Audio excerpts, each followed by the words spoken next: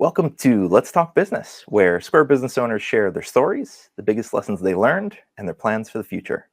I'm Elon Peso, Square small business evangelist and a former business owner. And today we're talking to KeKe LaSha and April Shunta from Anu'Crown Luxury Brims in Dallas, Texas. Thank you so much for joining us. Thank you for having us. Absolutely. I'm so excited to get to hear your story and share your learnings and talk more there. And with that, let's talk business. First, can you give us a quick introduction? Sure. So I am April Shunta, one of the founders of Anu'Crown Luxury Brims. And I'm KeKe LaSha, one of also a founder of Anu'Crown Luxury Brims. Yes, and we are sisters. We are entrepreneurs. As you stated, we're located out in the Dallas-Fort Worth area. We are originally from Greenwood, Mississippi, a really small town. And yeah, we migrated here. We started our business right around 2020 when we were quarantined together. So yeah, it's been a very interesting walk and path. Yeah, definitely. Can you tell me a bit about your business and what y'all do? All right, so pretty much we are hat designers. We design wool as well as Panama hats right now.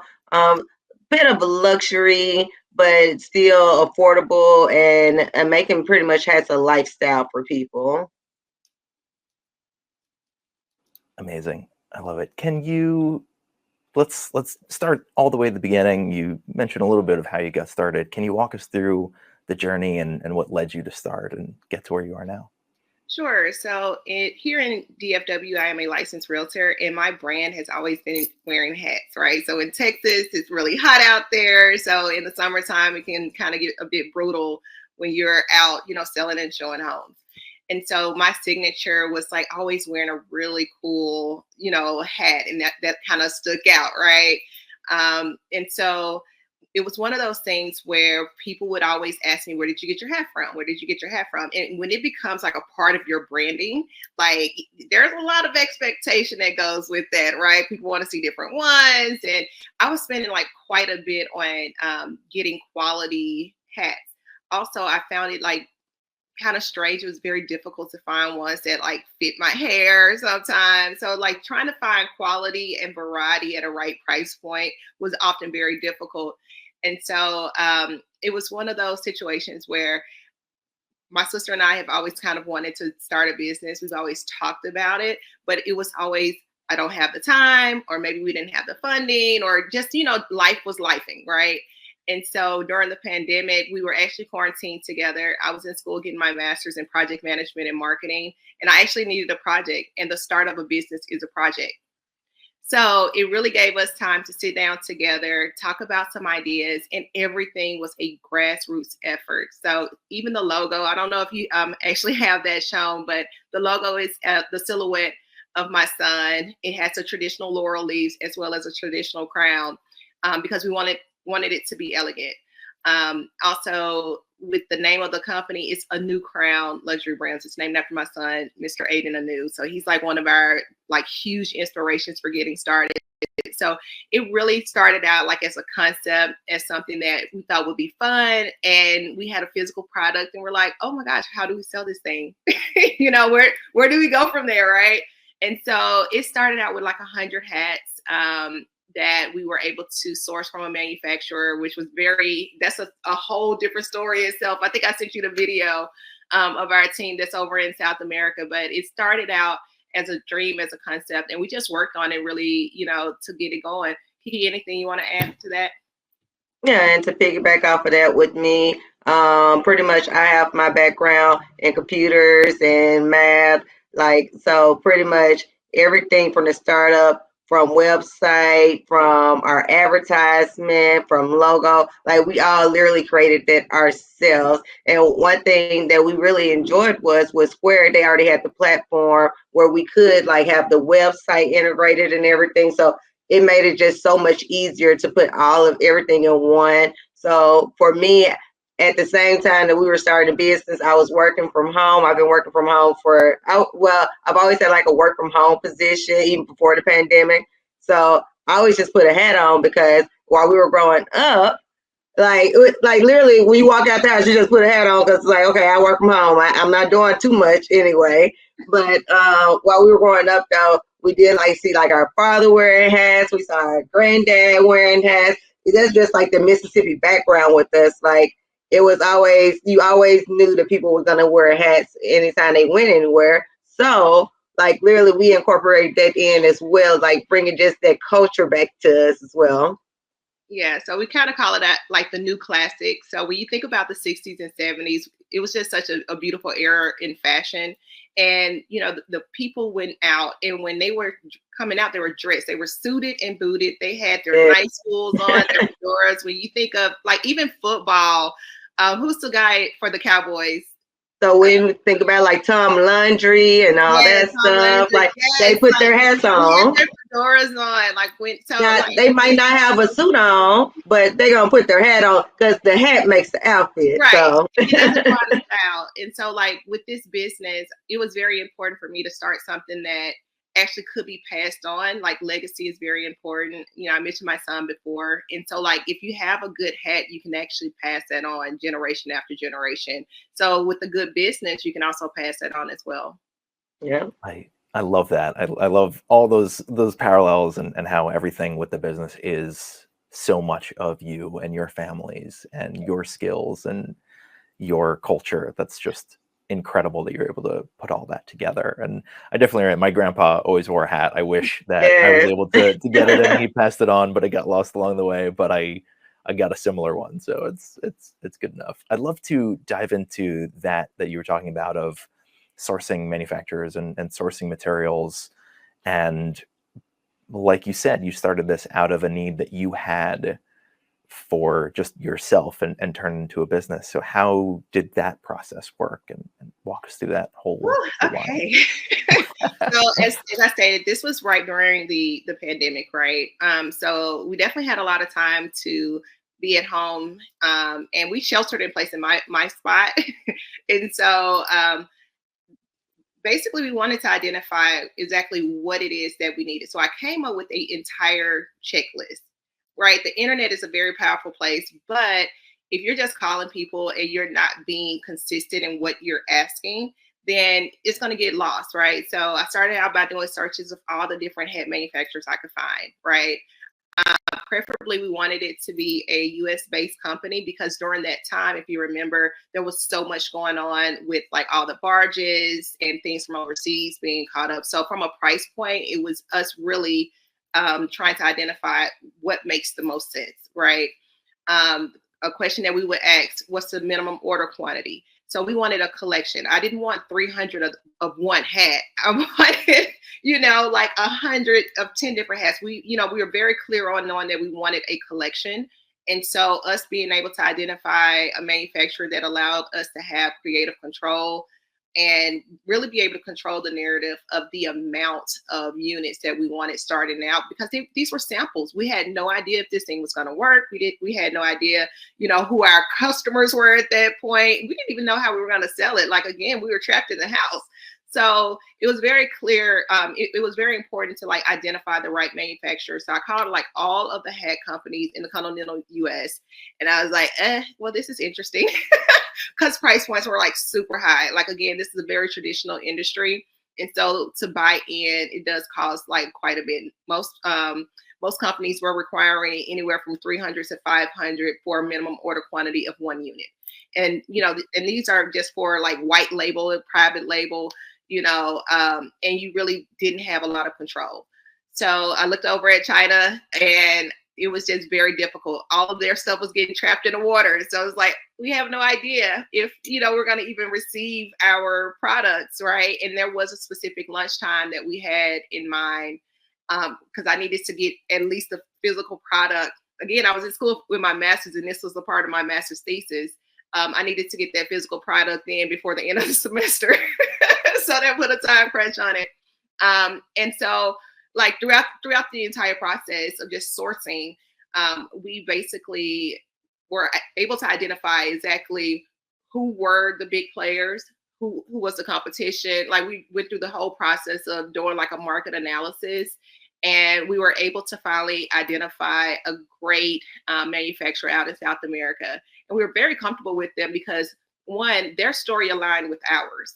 And I think sometimes, we kind of forget having that heart-to-heart conversation and, understanding what is your manufacturer's background, right? Who are their employees? Are they all contractors? Are they actual workers? What are their stories? What is the dynamics of their political scene? Because again, this was a product that was coming from overseas. So we needed to understand that, and also understand things like scalability. So let's say this thing kicks off and it does really great. Wanting to understand, like, what is our ability to scale up?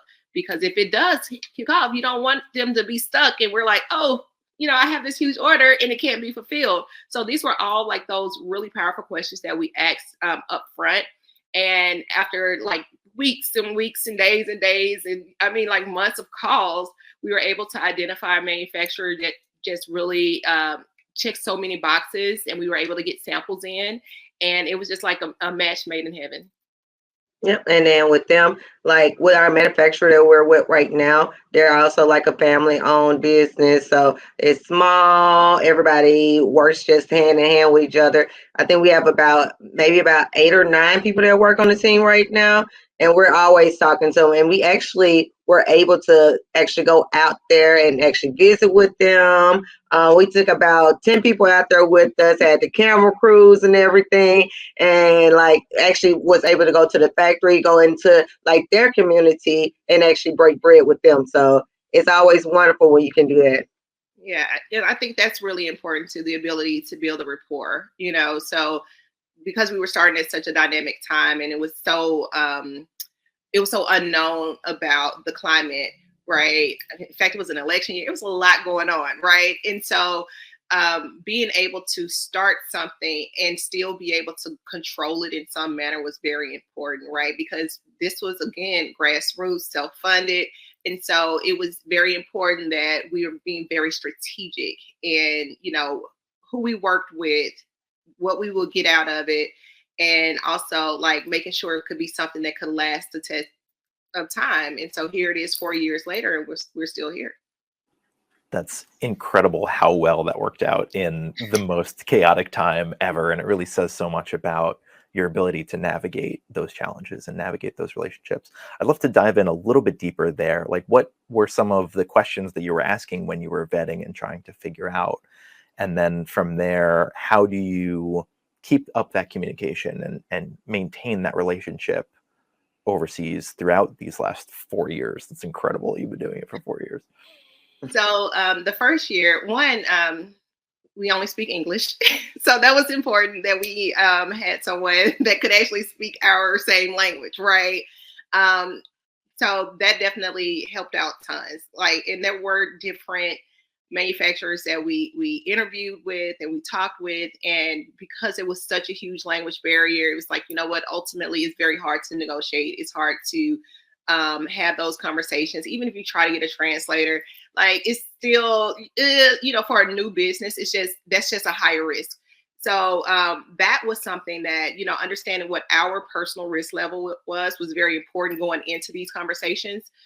So some of the questions that we had was, what's your location? What's your minimum order quantity? Like, what is the smallest amount that we can order in order to even have a relationship with you? Do you guys offer net terms? And if you have net terms, like, how long are those net terms? Is it a 15-day? Is it a 30-day? Is it a 60-day?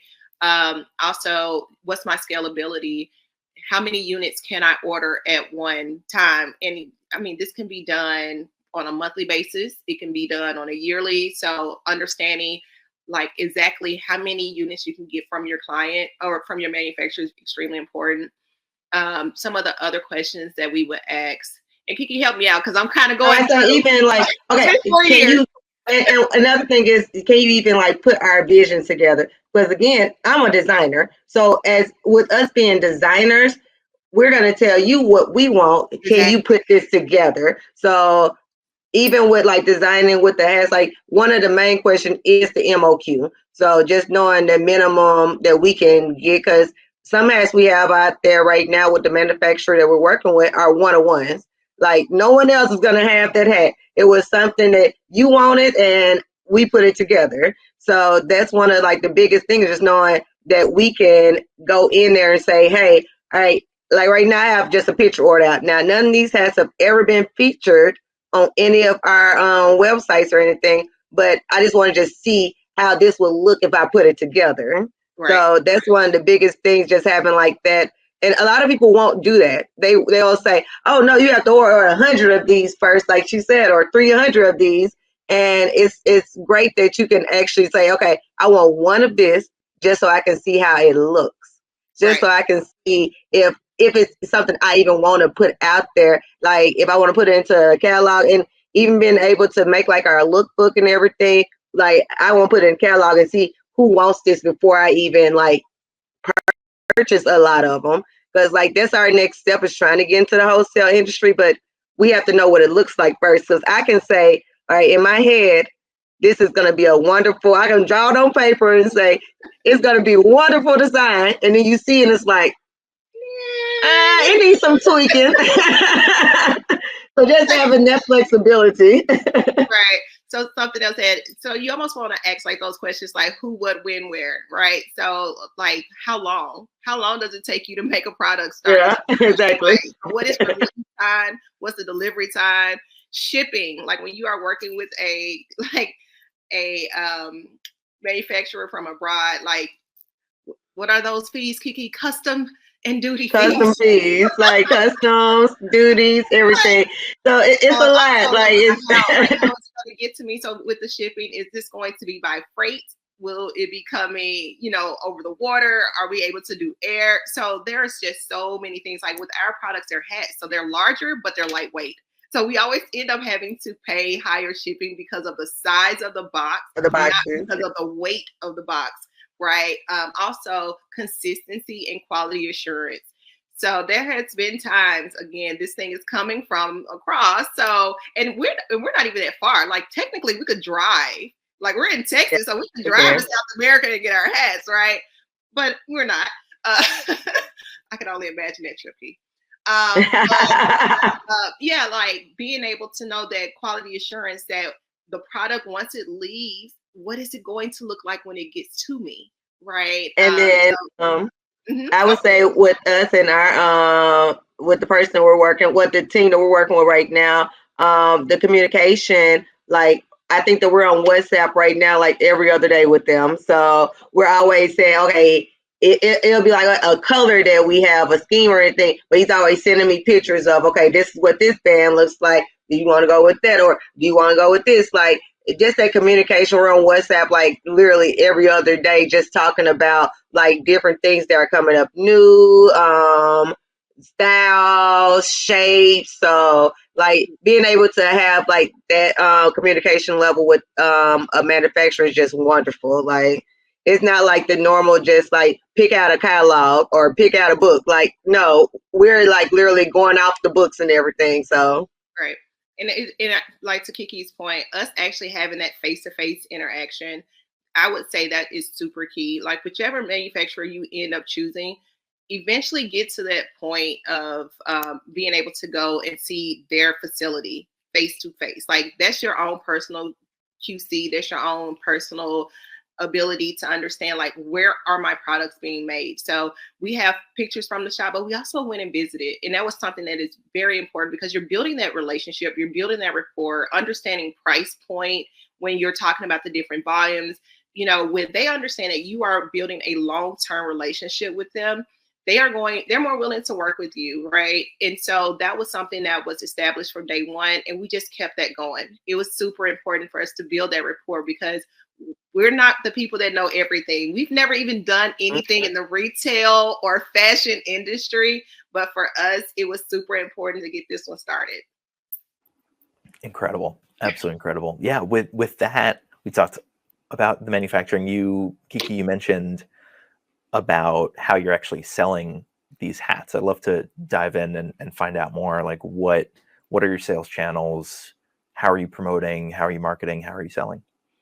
So right now we are actually, so we have our online business, of course. So like I was saying, my background is in computers, so it was easy with Square. It was easy because they already have the built-in platform with the website. So I was able to use their platform, go in there, set everything up.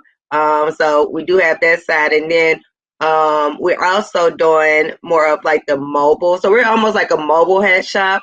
So we have like our festivals that we do. Like right now, we're not together right now because I'm in New Orleans because we literally go to different festivals. All over. So we go from Kentucky, Louisiana, Mississippi, Georgia, Wisconsin. Like when I say that we travel everywhere, we travel everywhere, and it's pretty much like that direct sale where you're actually able to communicate with your customers and see what they like, see what they don't like, and our next level will be like going into the wholesale market where we can actually get with some like local boutiques and then some of the higher end. So that's pretty much right now. We're just doing direct sales, but we have a future that we'll be moving towards soon. Yeah. But So, that's one thing that I would say with the Square system. It's always been easy with the shows because we just pull up, you have your Square, and you just it makes it easy. Even with like the tap integration that they did, like it just makes it easier to do like your sales in person with that. yeah, and one of the reasons why we started going to shows and festivals was because we started during the pandemic. So everything Yeah, was closed, right? And being a new business and being a unique business and understanding that it was not going to be often that people would just like randomly go to your website and just buy a hat. Like hats are just such an intimate type of item, right? And for our price point, we knew that it would make more sense for us to kind of be able to talk people through the journey. And people want to try them on and they want to feel like most people don't know what wool feels like or straw, that like they don't really get that concept. And so us being able to identify like the pop-ups, the farmers markets, the music festivals, like, we've seen some really awesome places that our hats have taken us to on this journey. yeah, and like literally what I have, they're all over the world now. I have customers in Australia, Canada, Great Britain. Like it's just all over right now. So it's always awesome to like see their stories as well. And like she was saying with the hats, people want to feel them, and a lot of people don't. With our hats, we do come in different sizes. So people have never actually been able to get their size of their hat that they need. So it's amazing when a person puts on a hat, they're like, it fits me. This actually is the hat that that goes with me. I've never had a hat that's so comfortable. Like, yeah, Incredible. Yeah. And I definitely see the value from both sides, for the customer, them being able to try it. And then from you, especially as you're starting, to be able to hear that feedback The feedback. immediately from your yes. customers and then refine. What are some of those conversations like? Like you said, sometimes with stuff like this, it's luxury, it might be higher price. What are those conversations like with customers? How do you, and as you're talking about going into wholesale, how do you market and position yourself and compete with larger companies that might be having those same conversations? Yeah, so I mean, ultimately, the customer conversation normally is pretty simple because most people understand the concept of the handmade quality, right? So that is a huge, talking point. Like ultimately, I can't sell it for cheaper than I actually get it made, built, and sent over, right? But also, there is just something about the uniqueness of the actual product, and people can really tell, like, okay, this is a well-made, well-engineered. Oh, it's a small volume. You're not getting one of 3,000. You're getting maybe one of one or one of 10, right? And so people really appreciate that. Also, making sure that we're in front of the right audience really does help out a lot. Understanding kind of, do these individuals have that disposable income? Does it make sense? That's why we do so many music fests. Like, think about it. They're out there, they're dancing and playing in the sun for like 3 or 4 days and camping. Ding, ding, might need a hat. So not only is it functional, but it's also fashionable, right? So it gives you that ability to showcase who you are. So, so understanding that customer base, understanding how to actually talk about the product, and showing why it is unique. It really works on both the direct to consumer as well as the business to business conversations. And because we have been doing it for so long, we have the ability to talk to like a business owner and say, hey, we've done these many shows in your area. These are the actual live numbers. And Square Reporting helps out with that tons. These are the type of hats that sell in your region. So because we have so many different styles, we can actually cater those orders and cater that relationship to the individual region for that actual business. Huge. Yeah, that's fantastic. With that, do you still end up having a lot of those conversations about like price and trying to get things lower, whether that's with potential wholesalers or customers or with your manufacturing? What are those negotiations like? I would say we try to price appropriately. I think understanding like where we're going into. So normally when we are doing our face to face, we do have like we almost give them wholesale price, right? And the reason being is because it's almost like a wholesale market. We're not having to do the same amount of shipping and handling as we would if we were actually packing a physical product. So when we're doing direct to consumer, in those moments, they are getting a smaller price break as compared to when they go online and actually purchase. But it's almost also at times where it could be a slight upcharge due to the convenience of, hey, you're getting it right here on site, right? So, Yeah. ultimately, it just really varies on the situation and understanding what that scenario is and what is the price tolerance. Like you have to really be able to kind of read the room and then make the appropriate adjustments and understanding what your actual costs are in the process in order to make the best decision on how to price for that particular event. Yeah, and you are still a business, and you still do need to make money off of this. Exactly. Yeah, exactly. Yeah, it's a struggle for any business figuring out the right price, like you said, what the tolerance is in the given market, and for yourselves to make sure you have that cushion and you can keep going is huge. What have been some of the challenges overall, whether from the making or the selling of specifically these handmade products? What have been some of the biggest obstacles that you've run into and had to overcome? Well, we had Dye-Gate where the dyes were coming over from China. Oh yeah. So we couldn't get particular colors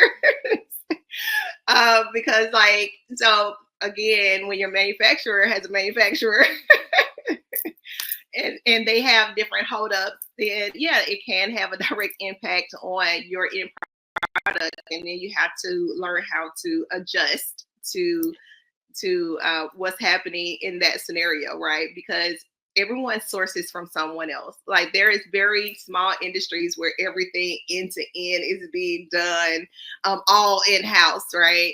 And our product is like extremely handmade. Like our straws they come from like one part of the region up to the mountains to the other part of the region. They're like handmade, they're hand dyed. But again, you're going to still have external factors that they have to pay attention to. Also, with us having a model where we were always being external and always going to like festivals and shows, like that is definitely very costly on travel expenses and, staying at hotels and the cost of entry into the various events. Like some of these events can be quite costly. Like we have partnerships with like Live Nation, with CP3, and they put on these huge music fests. And they, like they're not cheap to just like get into. And so like the cost of entry just to show up.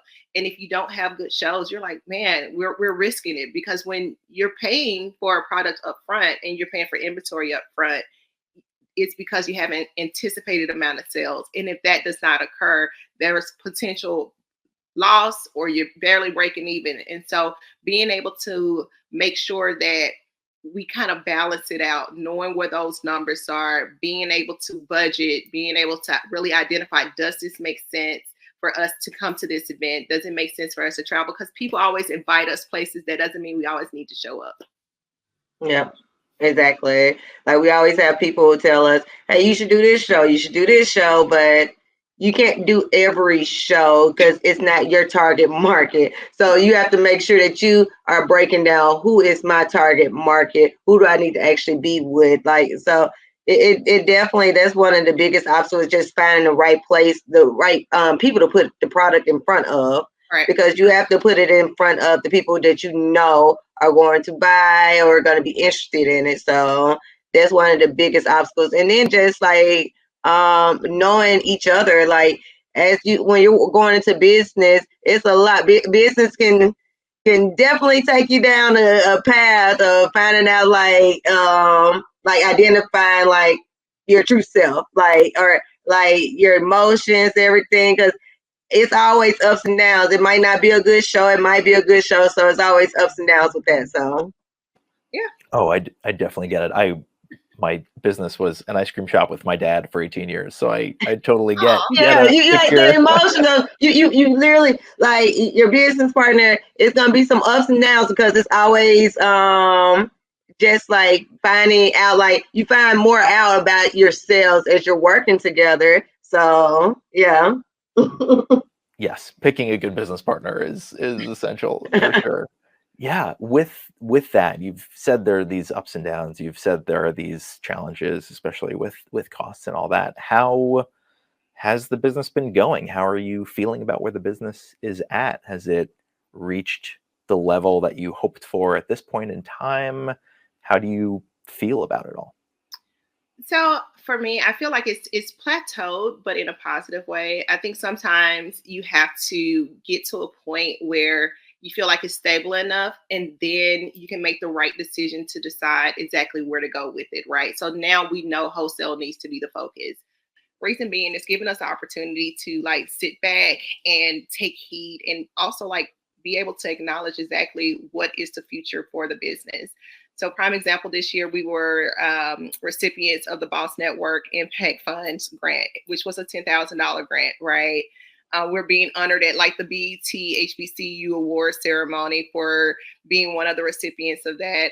So like being able to be in these different areas is showing us that, okay, hey, people are seeing us, we're being seen in the right light. And so we're working on that publicity, working on that press package so that once we go into the wholesale market, which is the next wave of the future for us, we'll really be able to present ourselves in the best way. We now have 4 years under our belt with our manufacturer. And so we know what they are capable of. We know exactly the volume and the quality that we're going to get. And so that gives us like that assurity that, okay, we're going to be moving in the right direction, because ultimately, you don't want to grow too big too fast, because you could really end up taking a huge loss, right? Once you take on so much, if it doesn't come out the proper way, then you can really start to like burn those leads. One of my realtor or sales talks. But we don't want to burn leads. We want to make sure that we do the right thing and we lead with good intention.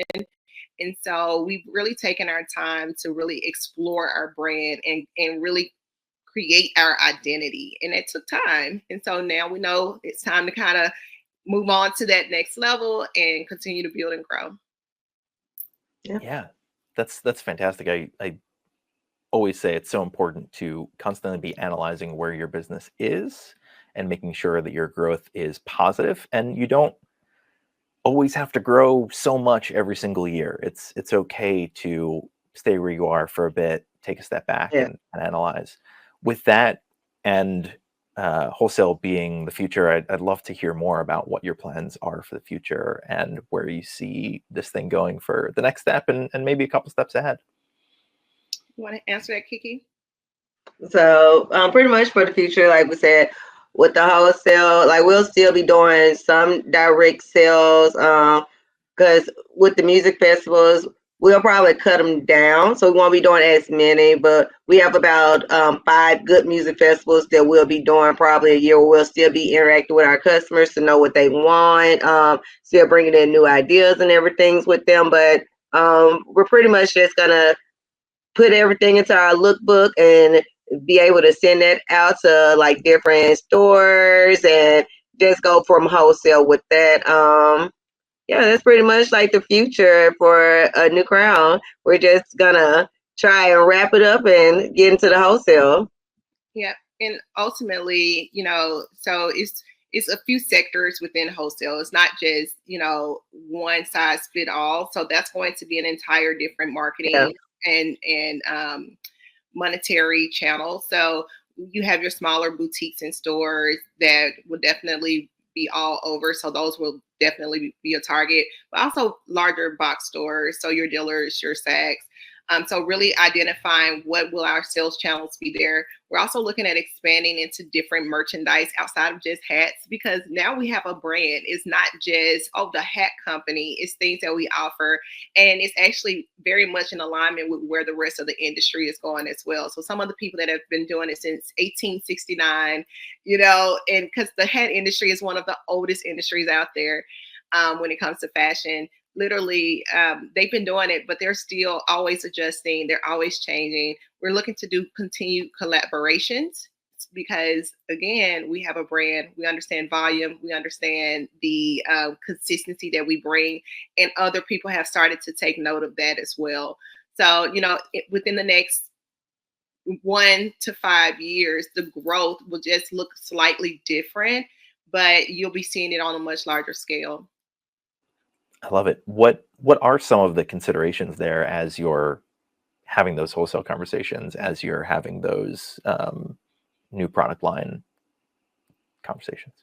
Well, so it's going to be tied in with what we're also hearing from our customer base. So there's going to be some items that will be only exclusive to our wholesale clients.